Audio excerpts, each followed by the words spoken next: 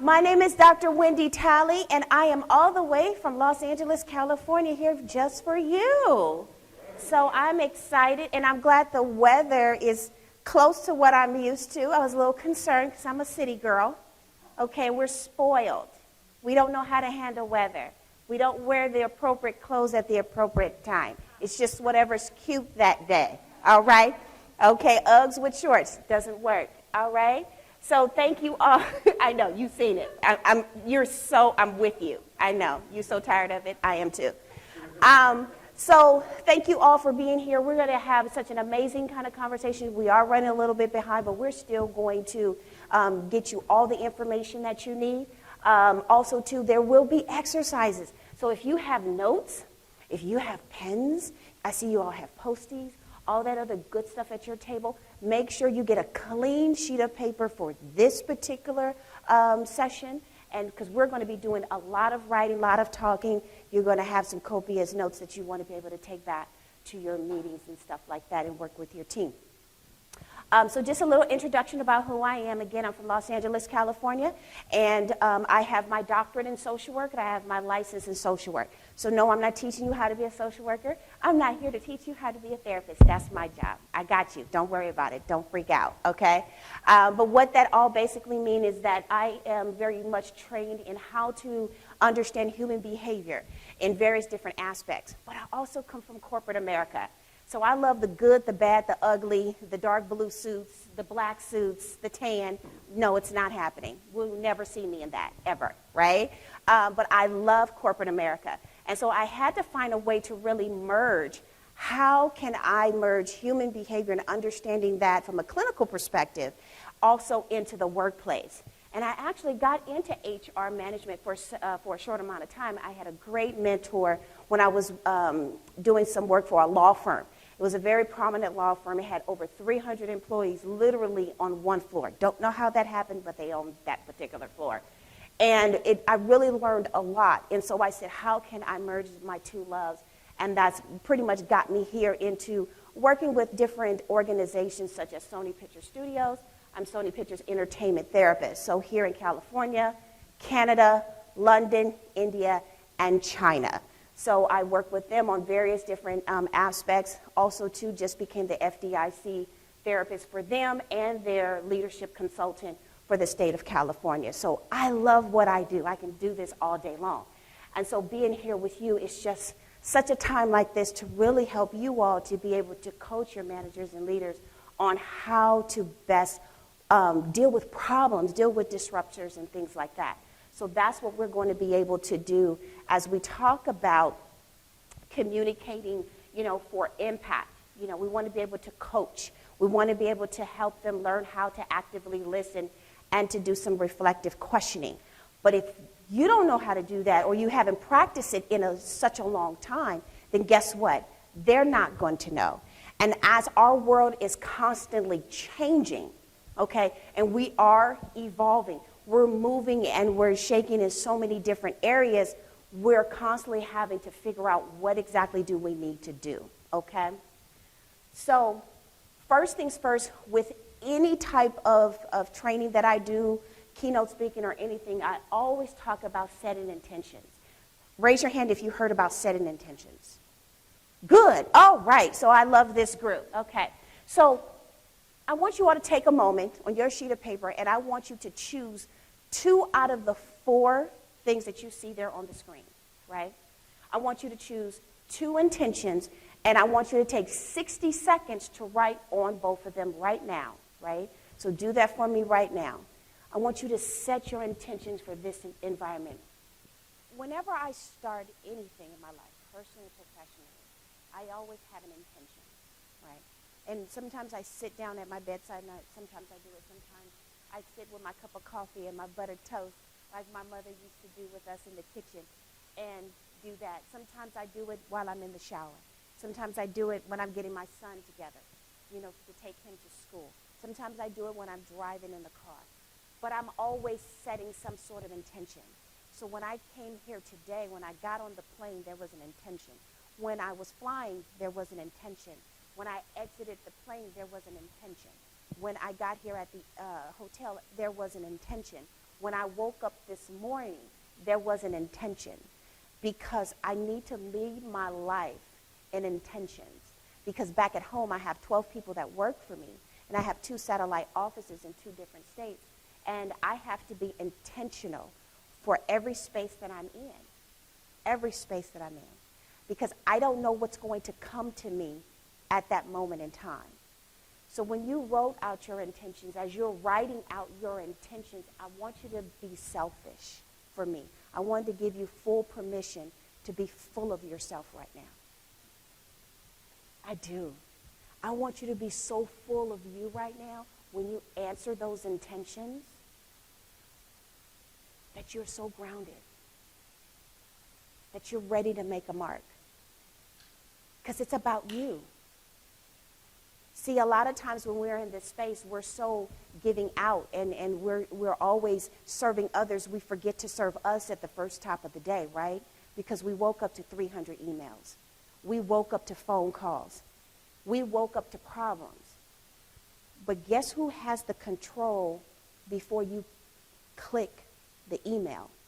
Guess who has control before you pick up the phone, before you make the call? You do. You're in the room. Your boss is not there with you. Your managers are not there with you. They're not there. You. So you get to decide, how long do I need to set my intention for what's to come?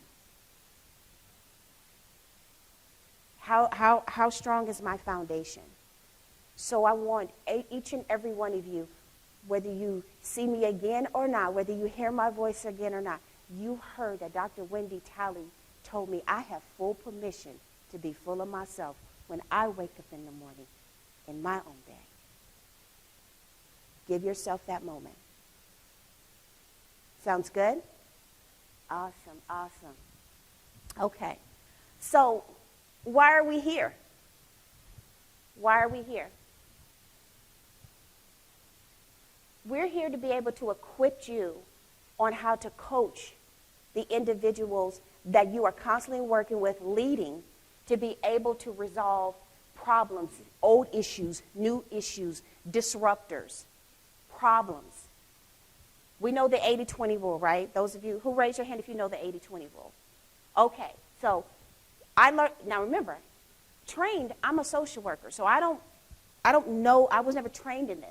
What I did was I actually got trained because I was interested, because I love corporate America, and I went outside of my current foundation to get this training. And what I understand about the 80-20 rule is that 80% of the time, you all know this, you're always dealing with problems. You're not dealing with your work. When I was a supervisor at the Department of Veterans Affairs for 5 years, and I was there for 10 years, I was a supervisor of many of the other supervisors. Mind you, we were on the same level, but because I understood behavior, I understood how to communicate with others, they actually had me always training them and the new supervisors that came in. And what did I always train on? Let's first talk about problems. Welcome. I'm glad you got your paycheck. Now let me teach you how to deal with problems 80% of the time that you're here. And the other 20% is going to be your best workers burnt out, complaining, and possibly leaving. Like, I'm dealing with that? Yes. That's what you're dealing with. And so I had to coach them and guide them and equip them on how to deal with that. And really understood what their positions were. Is that you're not a boss, but you are a leader. And you have to lead people and influence others and bring them up and guide them so they learn how to course correct in the process. We have learned, can we say that we have learned how to pivot in the last 3 years, maybe 2.5? We have learned how to pivot probably better than most ballerinas on a stage, right? I used to be a ballerina, so I know what it's like to pivot, okay? So we want to be able to learn how to do that, and that's why we're here. And with so many things that are going on in the world right now and how it's impacting the workplace, it is going to be you that's going to keep everybody grounded. We need all of you. I need you, right? So that's why we're here. Because when we think about, this concept of dealing with issues, we can see that 60% of the people that come into the workplace are not trained on how to deal with problems. We could talk about it, but we're not effectively trained. I have found, you can agree with me, I have found that I spent more time when I was a supervisor at the Department of Veterans Affairs with over 4,000 employees on one large campus over in Los Angeles, California, that very rarely did they ever have training on conflict resolution. Very rarely. They told us to deal with it, but how? And then when we attempt to deal with it in our own space, because how do we do that? We actually resolved it the way that we did when we learned we were at home. So our parents taught us conflict resolutions, good, bad, or indifferent. But if our workplace don't know how to teach us during the workplace, what happens is we're going to pull from our home life, and that's how we're going to deal with it, and try to dress it up and make it look pretty. But that's what we do. So we need to be able to make sure that they learn how to do that. Because 85% of the employees are going to experience some sort of conflict. And then those managers are going to be calling you all to figure out what to do.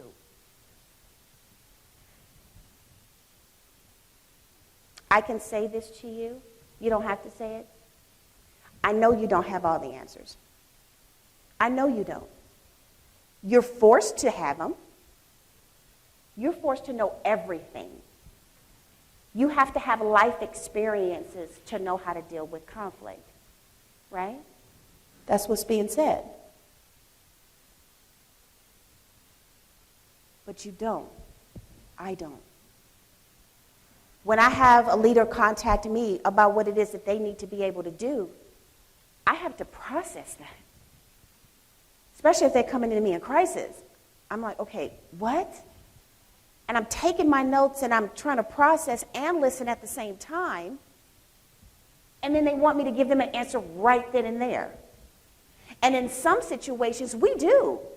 We have to figure it out as we're going along. And then some stuff we're actually able to process. But how often are we able to process? Can we just say zero? Can we just, I'll say it for you. We don't have any time. And so you're on the fly all the time, and then you're hoping by the time you hung up the phone, you're like, okay, did I say that right? Did I do that right? Let me follow back up, and let me do this. Oh my God, I hope I don't get fired for the response that I just gave. So, did I send them into the depths of purgatory? I don't know, but you're trying to figure it out. So now you're in crisis. So now you go to your next door neighbor, whether they're on Zoom or in the other room, and then you're like, well, I told them this. Did I say it right? I don't know. Well, let me process it. I don't have time for you to process it because they're already doing it. So now you got the whole office up in arms, right? And so we need to be able to be better equipped so that we can be able to handle that. Because data is constantly showing us, as you see here on the screen, that we're always dealing with conflict. All the time. It's constant. It's part of the data. As you all run data on what's going on in your different grocery stores and things like that, what your managers are giving back to you, you're constantly running this data. And this will be good for you all to be able to take back and say, okay, what are we doing? Where are we spending our most time? And what type of conflict are we dealing with? And if we've dealt with the situation before, we tried to resolve it before, and it didn't work, let's look at what can we do differently so that we can be able to course correct. You got to do that at all times. Because if you don't course correct, you're going to find that people are going to have clashes. Take a look at one of the data points that are on here. It's 49%. 49% of our employees are not aligned well. Our managers are not aligned well because of their personality and their belief system. We don't pay attention to that. We get someone like me through EAP and say, go to Dr. Wendy and have her fix you. Well, last time I checked, I wish they still had economics and workshop back in the school, but they don't do it no more. But anyway, I learned how to fix a catalytic converter. I learned how to do that at 16. Don't ask me why. My father just wanted me in that class. I'm like, Lord, why this man is doing this to me? Okay, but I know what I'm doing now. I don't have to be, call my husband all the time. I know how to change a tire. But nobody taught me about personality. Nobody taught me about work culture. No one taught me that. Even when I was in college, they don't teach this. So you're always dealing with personality conflicts. So if you're not in alignment, if your managers are not in alignment with the type of culture, you're going to be dealing with conflicts. As I work with the folks over at So Many Pictures, because it's entertainment, you kind of expect them to have some colorful personalities, we should say. All right, that's what make movies. All right. But corporate part of entertainment deal with a lot of narcissism. Narcissistic leaders and bosses. And I feel like I'm running a race because I'm fixing one over here and I'm doing this over here. So we got to pay attention to those things. So when you're talking to the people that you're working with and you're having to help them resolve their problems, because I come from the veterans, culture, boots on the ground, they're the ones that's organizing and managing all the different grocery stores and things like that. You got to hear them from their perspective. So they're operating in two different cultures. Watch this. They're operating in a culture where you're sitting, and then they're operating in the culture from where they're sitting in the store. So they're constantly pivoting, right? And so we got to pay attention to that. So we want to make sure we understand what is active listening. I am sure you've had some training on this. I'm sure you have.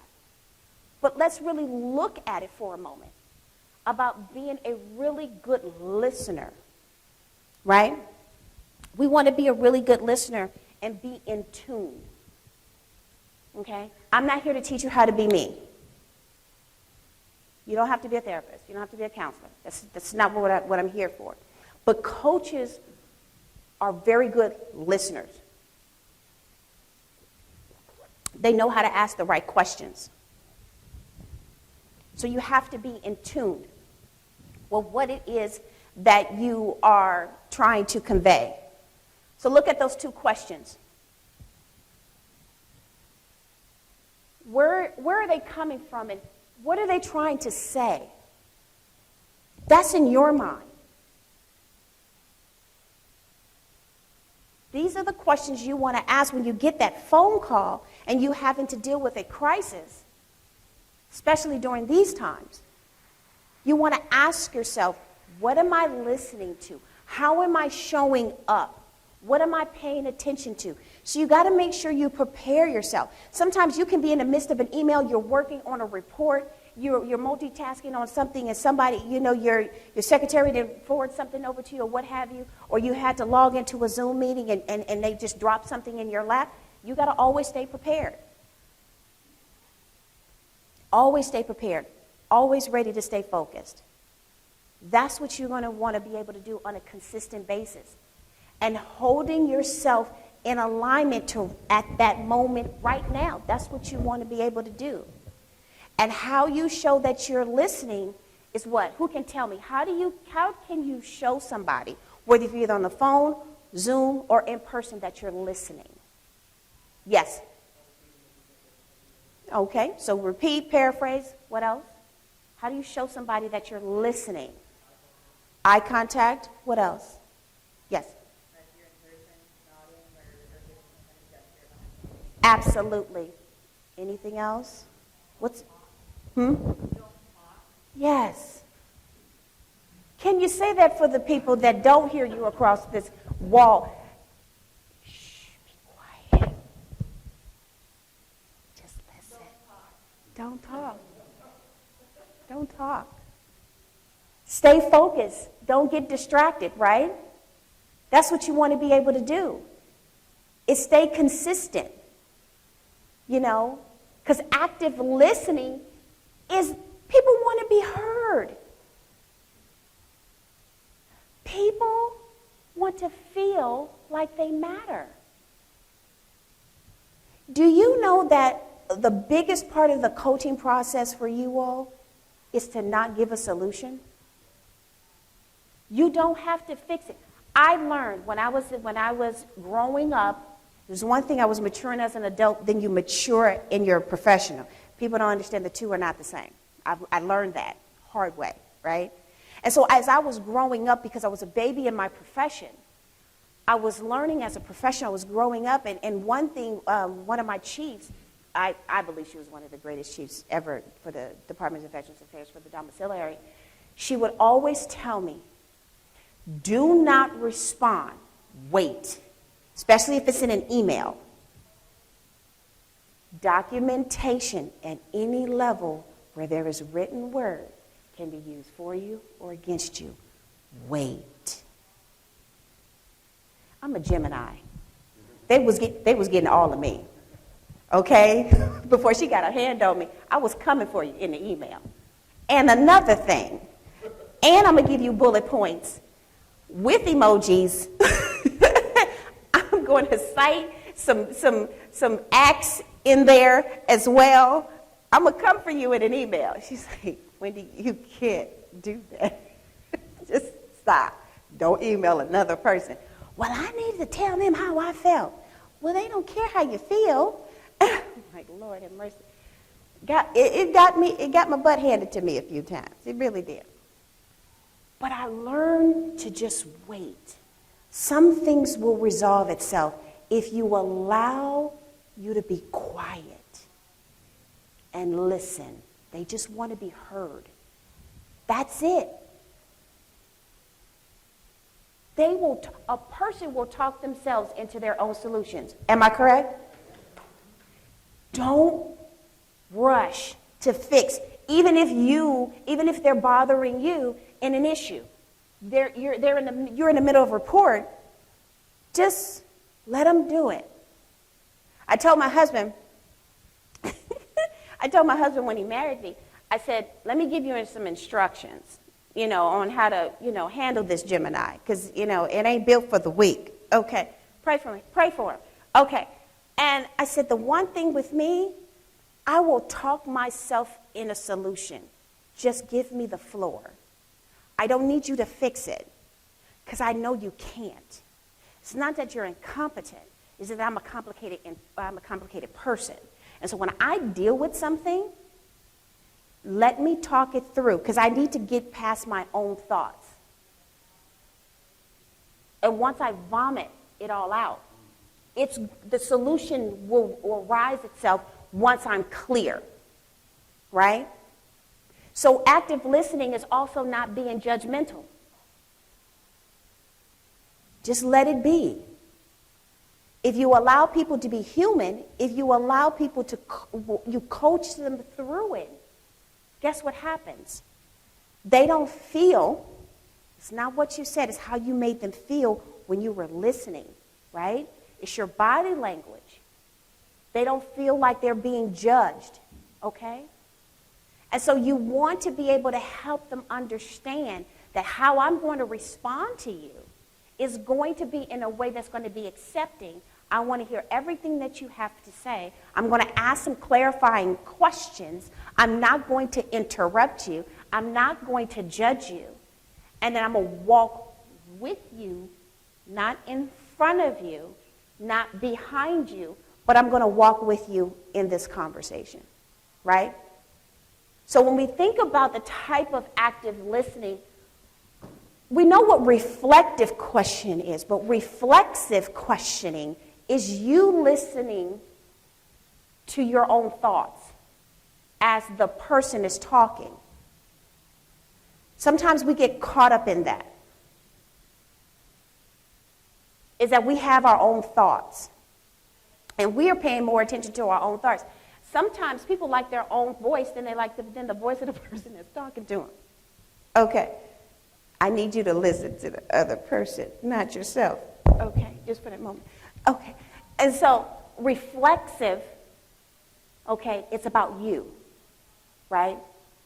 The external listening is about not only what are they saying, but how are they saying it, and how do they see it? This is outside of you. This is the most strongest point when it comes to type of active listening. It's not about the words that they're using. It's how are they using it. Because I may present something, right, where I can say the same thing without being emotional, without having any anger behind it. I'm not in crisis. The next person could say the same exact thing and be explosive, be angry. It's not what they're saying, it's how they're saying it and how they're visualizing what they're saying. So pay attention to that, even when there's no movement. Another type of active listening is internal, right? Intuitive, which is like internal. So this is not you being a spiritual guru, okay? We're not doing that, okay, in the middle of a conversation. But you are intuitive. You are connected. What are they not saying? What are you hearing past it? Because some people will run you in a circle in a conversation. You already heard the problem. You heard past them already, but it didn't take them 20 minutes to get there. You want them to get there a little bit quicker. So we got some clarifying questions you'll be able to ask. I'll talk to you about that. But this is you being intuitive. And then lastly, holding the space. Write these 3 steps down. That has saved my life. It has saved many coaches' careers, managers, leaders, directors. It has helped people. Do these 3 things. When you're holding a space for a person, especially when you're dealing with an old issue or a crisis, the first thing you want to do before you respond is to not. Allow the pregnant pause. 2, breathe.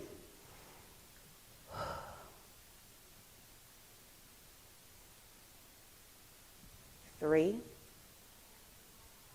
respond. Stop, breathe, respond. Stop, breathe, respond. What happens in the pregnant pause, as this person is talking to you and as you're listening, you are processing. You're allowing some reflection. You're trying to figure things out. You are rechecking your space. You're checking your own emotions because they probably could have caught you in a very difficult time and you don't want to project that onto them, right? Stop, breathe, respond. Stop, breathe, respond. The pregnant pause will allow them to adjust and stop and breathe. You can even tell them, okay, breathe through it for me. Okay, now let's think about this for a moment and then respond. Yes, question. How often do you see the pause lead to them saying that? What you can do, especially with somebody who's talkative, it's okay, I got it. So what you can do is when you stop and you breathe, you can do a small response in the middle between the breathing and then the response. There's another type of response in the middle. Give me a moment. Let me think about this. And then go. We're guided in a way to be told what to do. We go to school to learn how to be good doers. So automatically, if you tell somebody to do something, especially in the work environment, guess what they're going to do? Usually, they're going to do it. So when you're pausing, give me a minute. They're going to stop with you. What are you already doing in that space as well? You're teaching them to do the exact same thing. Because when their employees come to them, before they call you, they should stop, breathe, pause, right? And call. The call should be last. Let's breathe through this for a moment. It gets them to calm down. It gets them to bring it down for a moment. Just stop, right? So you want to be able to do that. I hope that answered your question. Okay, good. So, and also to being a good listener, right? You want to be able to maintain good eye contact. We talked about that, right? We want to be able to encourage people to talk. That's using open-ended questions. You know how you've heard the saying, you can't lead a horse to water and make him drink? You can lead them there, but you can't make them drink. The way that we encourage people to talk, but in a structured manner, is by open-ended questions. You're guiding it. They think that they're talking and they're getting everything out the way that they want to. But what you're actually doing is you're guiding them in the open-ended question.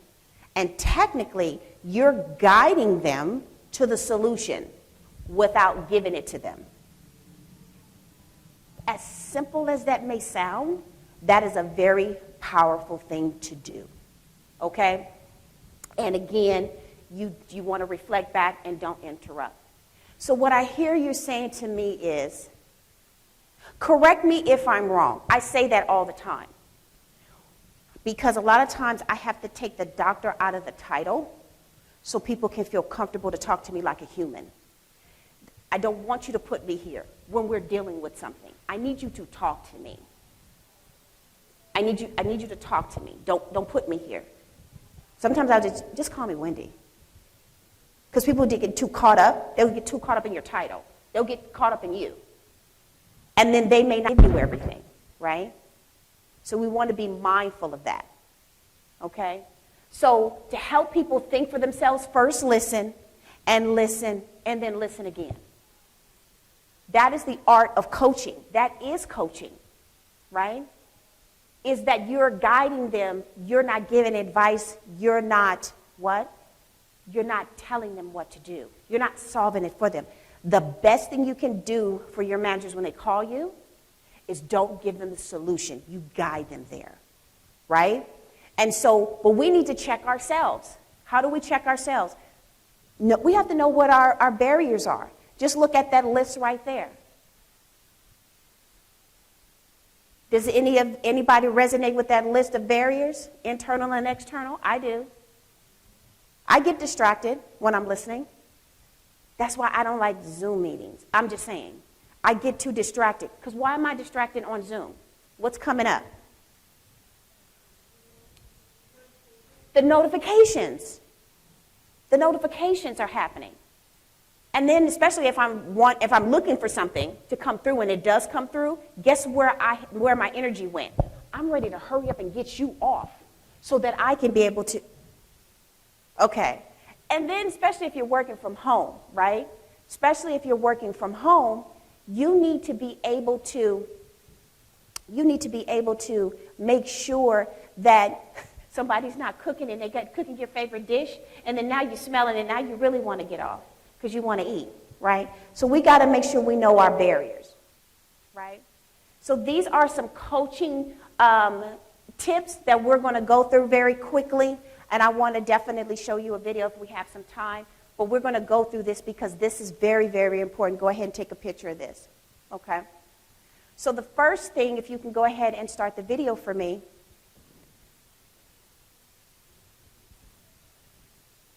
As you're watching this video, right, you are going to hear him talk about some quick tips on how can you as a coach in that space be able to listen in the process, right? What I want to talk about is Turn it some up. coaching competencies. Right? So this first one, right? Coaching presence. What do you mean by that? Real simply, who do we need to be in this conversation? Or who do I need to be in this upcoming event? You know, it could be a DAB, could be a negotiation with our industry counterparts. It could be the knock at the door and somebody says, hey, Dick, you got a moment? I wonder if you could be a thinking partner for me on this.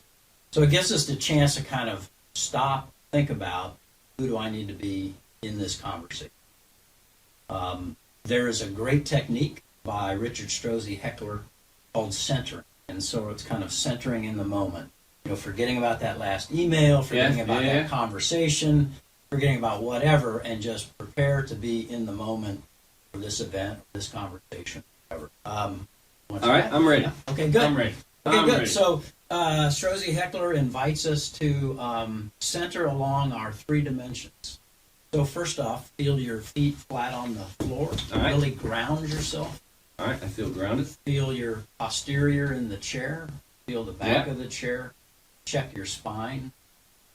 We're first centering along the vertical axis. Okay. Check Feels your, different already. Yeah, check your chin. You know, is it up sort of arrogantly looking down the nose, or is it sort of level? Check your jaw. Maybe there's a little tension in there. Kind of loosen the jaw. That's our length dimension. That's our dignity. Move to our width now, our shoulders. Check your shoulders. Are they sort of hunched up in a protection mode, or are they relaxed? Okay. Width, that's our belonging. Think about your breathing in this mode too. Are you breathing, or have we stopped breathing because AT&L has asked a question and we're trying to figure out what the answer to that is, right? So that's our belonging dimension. We belong in this conversation. We belong in this meeting. We belong on this program. Lastly, check your depth. You know, a lot of times, because we come from hunter-gatherer, a lot of times our focus is out front and scanning the horizon for food or prey or threat, right? But think about your back, too. Think about what's behind you. Doug Silsby loves to use the metaphor of a huge dinosaur tail. So think about a brontosaurus that has this huge dinosaur tail. Cannot be knocked off center. So, did you all see how he did that? All of it had to do with what? Your body. Just to even start. So when we think about coaching, it's how we're positioned, how we're sitting. You can even tell somebody when they want to talk to you, they can call you or Zoom you. You could be adjusting, getting ready to listen. All right, okay, we're together. Just like you're getting ready to get into a car, you got to adjust. You got to make sure you're centered and focused. You have to come prepared to listen with curiosity. You got to come prepared with those active listening skills, right? Go ahead and play this one for me. So when we think about presenting ourselves into the space, you have to come prepared, ready to receive and be open. A lot of times I teach a lot of folks when it comes to wanting my attention, I will always say to them first, ask me if I can receive you. Do I have the bandwidth? That's a lot of coaching that I do with a lot of my therapists. Do I have the bandwidth to receive you at this moment? Because I don't know if I can. You guys won't say that. What you'll do is they'll probably just come out and say, oh my God, blah, blah, blah, blah, blah. They just start talking on the phone. Okay, wait a minute, pause for a moment. Where are you? What's going on? Okay, let's go ahead and start. You're adjusting them to get them ready to talk, okay? Go ahead and play this one. We call it coaching culture. Yeah. Right? Which is that's not an easy thing. You know, part of this whole online tool with the videos and all that sort of thing is a way to perhaps support such a culture, or perhaps indicate what that culture, the kinds of things such a culture might exhibit. But I want to talk more about this coaching culture, because we often say in coaching, right, you'll knock on the door, and I come in, I want your help, boss, and I lay a box down. It is my box, right? And we talk about, well, if it's more of a mentoring stance or a directive stance, your focus is down here on the box, and you're going to help that person unpack it. Or if anything, you're going to unpack it for them and say, try this. Then we talk about with coaching. Now my focus is going to be on you, and you unpack your own box, and I'm going to challenge you to do it. Well, it would seem to me that day in and day out, you're not exclusive one or the other, right? Someone comes in your office, you're going to make a conscious choice, one or the other, to say, hey, okay, no, I need to help you unpack the box. I got to think, right? Who do I want to be in this sort of conversation? So to me, a culture is like a mindset that talks about this. What do you think? Right. Yeah, no, well, I think culture is values and beliefs and all that. And it's interesting, as you were saying that, think about the culture where I bring you a problem, boss, and you solve it for me, and I just walk away. What is that culture, right? That's, Right. Here's my monkey, now it's on your back, and now you're staying late to figure that, and I'm off doing something different, right? Right, What is right, that right. culture? We don't want that kind of culture. As you mentioned, if this is boss, right, then boss might be helping unpack that. But the culture of coaching, boss looks at me and helps me deepen my learning about this challenge or dilemma and gain That's right ownership there. and forward my own action. This is what we're talking about. That's a very important concept, what he just said. When they bring you a problem, it's not about you fixing it. It's about you teaching them to fix it so they don't have to keep coming to you all the time. It's teaching the skill set for them to be able to do that. So we got to make sure we take in what we hear. We have to make sure we take in what we hear so that we can be able to teach them. It's about that coaching is about you teaching them as you're listening, right? And so we don't have time for an exercise because we had the previous section we had ran over, but I want you all to be able to understand that when you are coaching your managers and all of that, when you're dealing with an issue, you want to make sure that you are reflecting with accuracy. You want to make sure you hear what they said to you, right? Because if you don't do that, what happens is that they're going to leave out feeling frustrated. So here are some things here's the type of questions. You can write all of these things down if you so choose. But one thing, some of the questions you always want to ask somebody when they first come in is like, what is on your mind? What's going on right now? Don't make it too open where they just give you their whole life story. What's going on right now, or what's on your mind? You could ask them to tell you more about that issue. And if they're dealing with challenges, you want to make sure you have some follow-up questions, such as, what are the challenges are there for you? Because they'll get into the blaming of others. What are the challenges are there for you?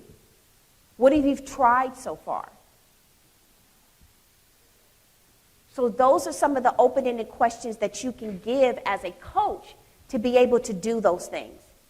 But one thing you never want to ask someone when they're coming to you with a problem, you never want to start asking why questions. Why questions will make them defensive. Now it's changed the conversation to, I need you to help me, to now I have to defend myself against you.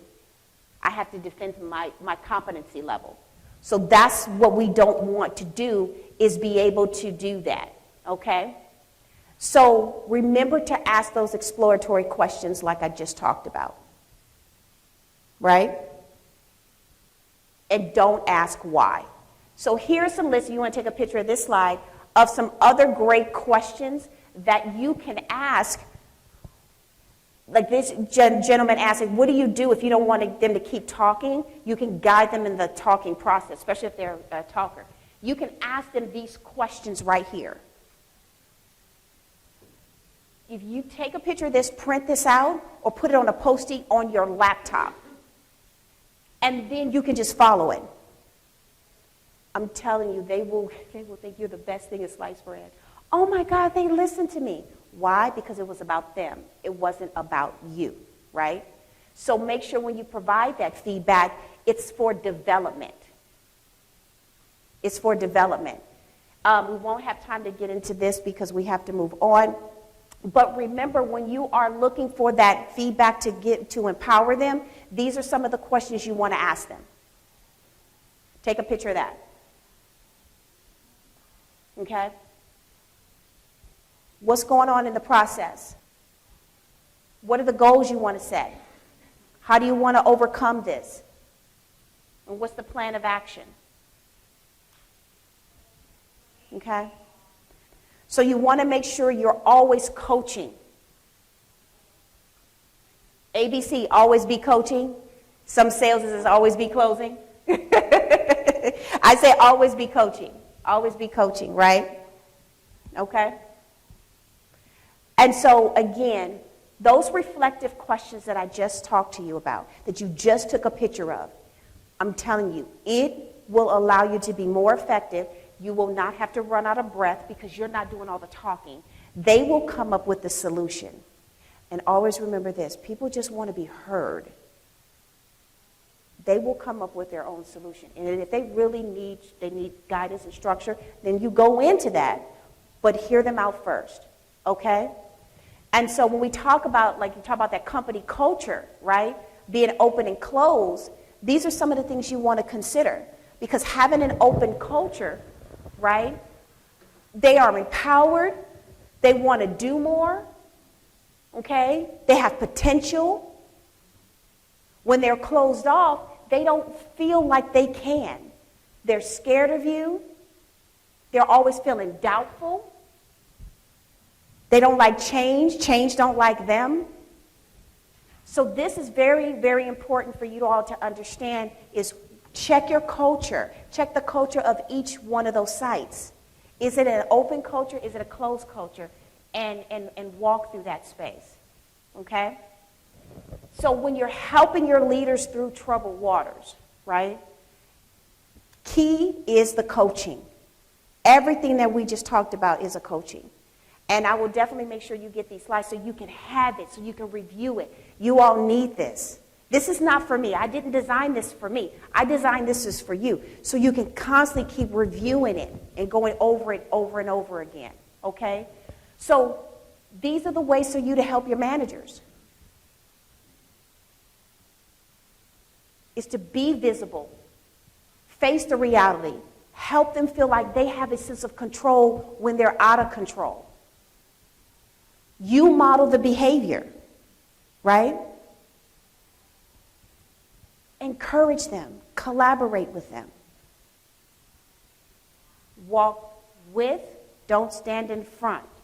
Don't be a boss, be a leader. Empower. Empower. Because leadership are all of these pillars right here. It's about you first showing up as a leader. It's about you being committed and understanding your purpose so that you can be able to fulfill that purpose. And so leaders can be a bridge over troubled waters for themselves, the people in the organization and their collective efforts. By understanding and executing some basic roles, their chances of doing this increases dramatically. This should be like a picture in your office. This should be part of your signature line in your emails. This is powerful. This is a very powerful thing because you are that bridge for them. Right? Any questions? I will be staying back and talking to you all more, and I will be here for those breakout sessions. But these are the key takeaways from today. My name is Dr. Wendy Talley. Thank you.